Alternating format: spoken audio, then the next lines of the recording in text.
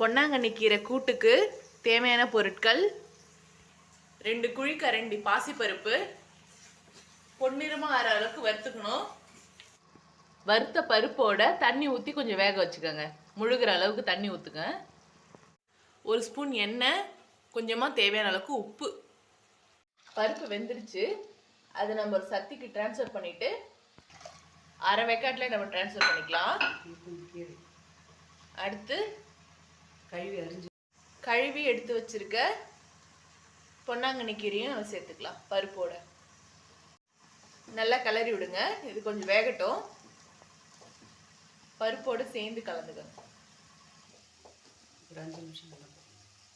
ஒரு கடாயை வச்சு 2 ஸ்பூன் எண்ணெய் ஊற்றி, எண்ணெய் காஞ்சதும் கடுகு உளுத்தம் பருப்பு போட்டு வெடிக்க விட்டுட்டு 1 டீஸ்பூன் ஜீரகம், வெட்டி வச்சிருக்க 10 சின்ன வெங்காயம், அடுத்து கீரையில் வதக்கி வச்சிருக்க வெங்காயத்தை போட்டுக்கலாம்.